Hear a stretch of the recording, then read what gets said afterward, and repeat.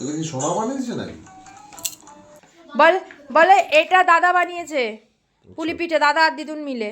আচ্ছা, এটা আমি বানিয়েছি, মানে আমি এটা তো দুদিন ধরে খাচ্ছি আমি। এটা আজকে আবার বানিয়েছি। মানে সেটাই বললাম, দুদিন ধরে তোমার হ্যাঁ, হাতে বানানো খাচ্ছি। আগের দিন খেয়েছিলে আলাদা, এটা আজকে আবার বানানো তুমি হয়েছে খাও, একটু। তুমি খাও। আর পাটিসাপটাটাও আমি বানিয়েছি। খাচ্ছি। খুব ভালো হয়েছে পাটিসাপটা। পাটিসাপটা ছই বাবা বানিয়ে দিয়েছে। হ্যাঁ, প্রথমে নারকেলটা আমি কুড়ে নিলাম, একটা নারকেলই নিয়েছি, বাস ওটা কুড়ে নেব। কুড়ে দিয়ে এই যে কুড়ছি, নারকেল কোড়া আমার হয়ে গেছে। এবার এই নারকেলটাকে গুড় দিয়ে ভালো করে ছইয়ের পাক বানাবো, আর একটু ক্ষীর দিয়েও পাটিসাপটা বানাবো।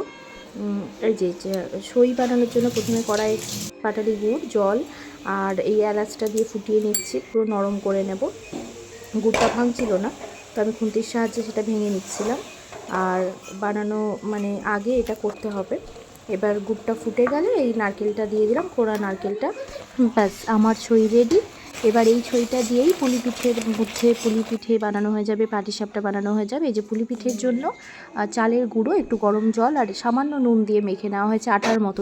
এবার ওগুলোকে দুধে দিয়ে দেওয়া হচ্ছে, সেদ্ধ করা হবে। ব্যাস পিঠে রেডি, পুলি পিঠে।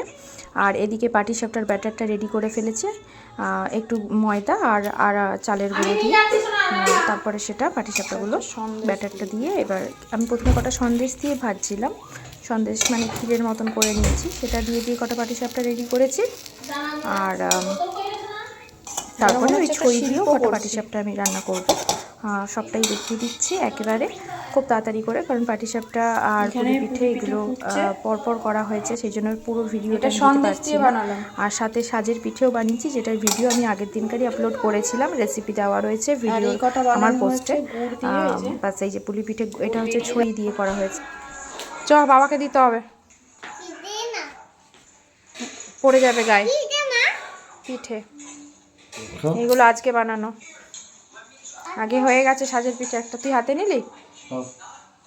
দেখো হ্যাঁ, কেমন টেস্ট, মুখে গেল কি গেল না তার আবার টেস্ট।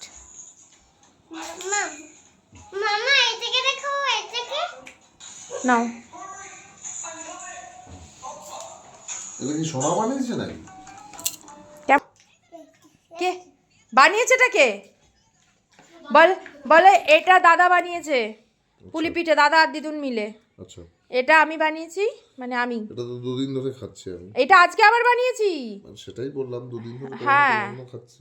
আগের দিন খেয়েছিলে আলাদা, এটা আজকে আবার বানানো তুমি হয়েছে খাও, একটু। তুমি খাও। আর পাটিসাপটাটাও আমি বানিয়েছি। খুব ভালো হয়েছে পাটিসাপটা। পাটিসাপটা ছই বাবা বানিয়ে দিয়েছে।